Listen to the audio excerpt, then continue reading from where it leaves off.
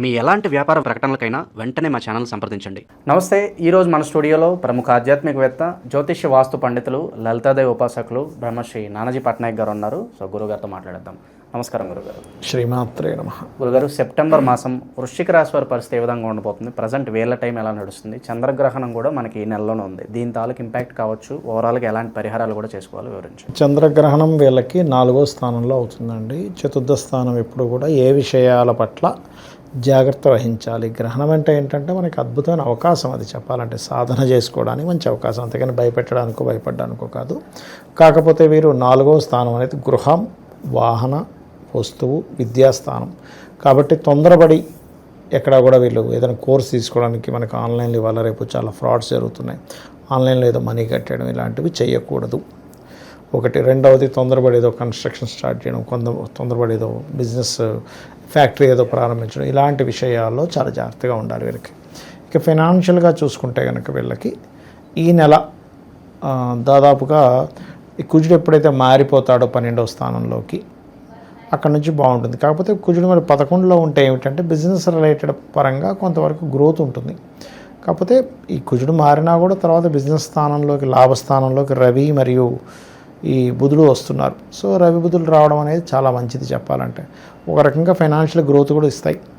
అయితే అది ఎవరెవరికి ఇస్తుంది అంటే వీరికి, ఈ వృశ్చికం వారికి ఇవ్వడం ఒకటి, వీరికి మనీ ఒకటే కాకుండా వివాహ సంబంధించినటువంటి విషయాలు కూడా అనుకూలిస్తాయి ఎప్పుడైనా సరే. అయితే ఇక్కడ ఈ వృశ్చికం వారికి ఎప్పుడైతే శుక్రుడు 9వ స్థానంలో ఉన్నటువంటి శుక్రుడు దశమ స్థానంలోకి 15వ తేదీ నుంచి ఎప్పుడైతే మారుతాడో, జీవిత భాగస్వామి పేరు మీద ఏదైనా ఒక లగ్జరీ కారు కానీ, వాహనం కానీ, లేకపోతే ఏదైనా మెడికల్ రిలేటెడ్ సంబంధించింది ఏదైనా ఒక సంస్థ పెట్టుకోవడం కానీ, లేకపోతే వీరికి ఏదైనా మెడికల్ రిలేటెడ్ సంబంధించిన వాటిల్లో, లేదా క్రియేటివ్ ఫీల్డ్స్లోని, లేకపోతే యానిమేషన్, ఇట్లాంటి ఎనీథింగ్ క్రియేటివ్ ఫీల్డ్ రిలేటెడ్ సంబంధించిన వాటిలో ఏదైనా జాబ్ రావడానికి అనుకూలిస్తుంది 15వ తేదీ నుంచి. ఇక ఫైనాన్షియల్ గ్రోత్ అయితే బాగానే ఉంది, దానికి పెద్దగా భయపడాల్సిన పని లేదు.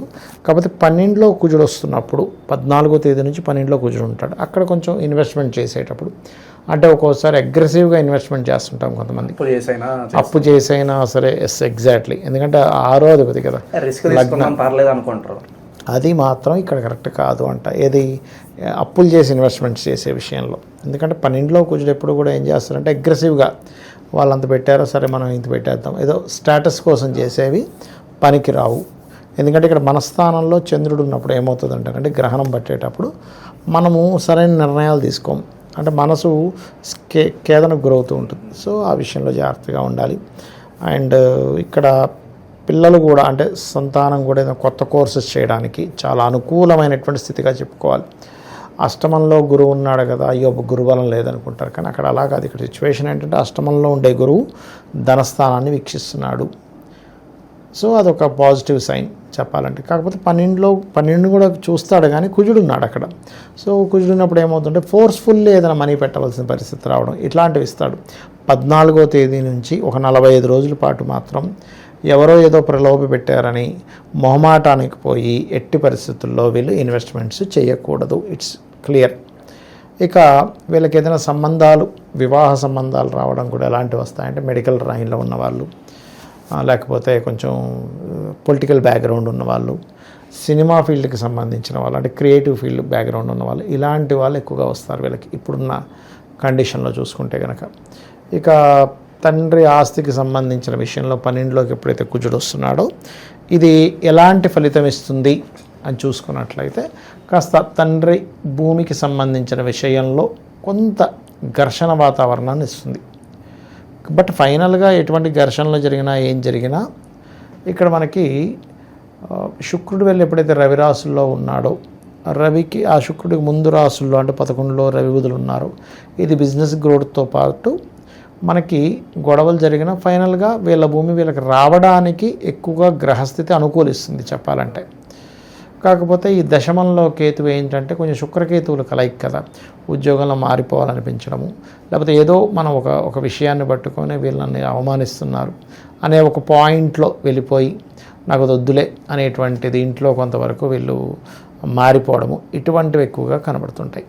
సో ఈ విషయంలో కొంత జాగ్రత్తగా ఉండాలి. అందులో ముఖ్యంగా ఏంటంటే ఏదో సమ్ కంఫర్ట్ ఇవ్వలేదని ఇప్పుడు కొంతమంది కొన్ని అలవెన్సెస్ అడుగుతుంటారు, ఇది నాకు ఈ కంపెనీ వాళ్ళు ఇది నాకు చేయలేదు, వేరే కంపెనీస్ వాళ్ళు నాకు ఆఫర్ చేస్తున్నారు అందుకని నేను మానేస్తాను.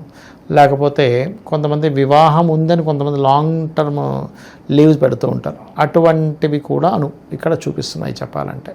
అది మెయిన్గా.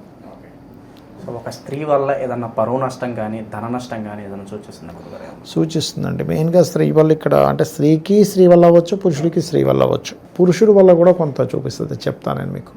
స్త్రీ వల్ల ఏమిటి ఇక్కడ అంటే వివాహ సంబంధించిన విషయంలో కొంత స్ట్రెస్సు, ఉద్యోగం విషయంలో ఇక్కడ మనకి టైం కరెక్ట్గా లేదు, ఉద్యోగం విషయంలో తొందరపాటు పడి స్త్రీ ఏదో అన్నదనో లేకపోతే అట్లా.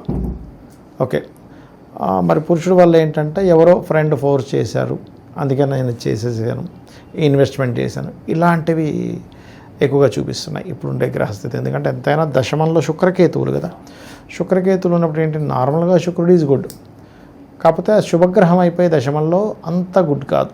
కేతువుతో ఉన్న శుక్రుడు ఏంటి, శత్రువుతో ఉన్నాడు. సో ఇవి కొంచెం చూసుకోవాలి వీళ్ళు. అంటే ఎవరో పగబట్టినట్టుగా ఒక్కోసారి మనకు చూడండి, కొన్ని కంపెనీస్లో జాయిన్ అయినప్పుడు వాడు ఏదో పాములా పగబట్టి మనల్ని ఇబ్బంది పెడుతూ ఉంటాడు. కొంచెం దీనికి నవగ్రహాల్లో కేతుగ్రహం రాహుగ్రహం దగ్గర దీపారాధన చేయడం ఇది మంచిది. సో ఇక విశేషంగా ఇంకా ఎలాంటి పరిహారాలు చేసుకుంటే వీళ్ళ పరిస్థితి కాస్త మెరుగవుతుంది అంటారు గురుగారు? వీళ్ళకి ఎలాంటి పరిహారాలు అంటే దత్తాత్రేయుడు ఆరాధన బెస్ట్ అండి, ఇంకా దానిలో తిరుగులేదు. దక్షిణామూర్తి ఆరాధన, దత్తాత్రేయుడు ఆరాధన. లేదు నాకు ఉద్యోగంలోనే ఎక్కువగా ఇబ్బంది ఉంది, లేదా మానసికంగా ఇబ్బంది ఎక్కువగా ఉంది అని అనుకునేటువంటి వారు, మానసికంగా ఎక్కువగా ఉంది అనుకునేటువంటి వారు ఓం అష్టమీ చంద్ర విభ్రాజ అలికస్థల శోభితాయి నమః. లేదంటే ఉద్యోగంలో ఎక్కువ నాకు ఇబ్బంది ఉంది అనుకునేవారు ఓం మాణిక్య మకుటాకార జానుద్వై విరాజితాయ నమః చేస్తూ నవగ్రహాల్లో శుక్రకేతు గ్రహాల దగ్గర దీపారాధన చేయడము. వీలైతే కొంచెం దగ్గరలో ఏదైనా గణపతి ఆలయం ఉన్నట్లయితే అక్కడికి వెళ్ళినట్లయితే కూడా వీళ్ళకి ఖచ్చితంగా రిలీఫ్ అనేటువంటిది వస్తుంది. ఇక విశేషంగా ఎవరైతే నరఘోష నరదృష్టితో బాధపడుతున్నారో ఏదన్నా పరిహారం ఉంటుందో ఇన్స్టెంట్గా వెళ్తాను? కొంచెం ఈ గ్రహణాలు సంభవించినప్పుడు నరఘోష సర్వసాధారణంగానే పడుతుందండి. అది ఎలా అంటే మీరు చెయ్యనటువంటి విషయానికి నింద అనుభవిస్తారు గ్రహణ ప్రభావం వల్ల. సో అంటే ఎలాగా మంచిగా ఉంటూ సడన్గా ఇప్పుడు ఎలా అంటే మంచి పేరు వచ్చి ఏ పేరు లేని వాడికి అది పెద్ద నింద కాదు, ఆల్రెడీ గుడ్ నేమ్ వచ్చింది మార్కెట్లో అద్భుతంగా ఉన్నాడు అనేవాడు తొందరగా దానికి గురవుతాడు. ఏంటి మనం అలా అనుకున్నాం, ఇలా చేశాడు అలా చేశాడని. సో అందుకని నేనేం చెప్తానంటే ఈ టైంలో వీళ్ళు మనకు కొంచెం దీనివల్ల అనవసరంగా ఎఫెక్ట్ ఉంటుంది, ఎక్కడ రిస్క్ ఉన్నా దూరంగా ఉండడం మంచిది.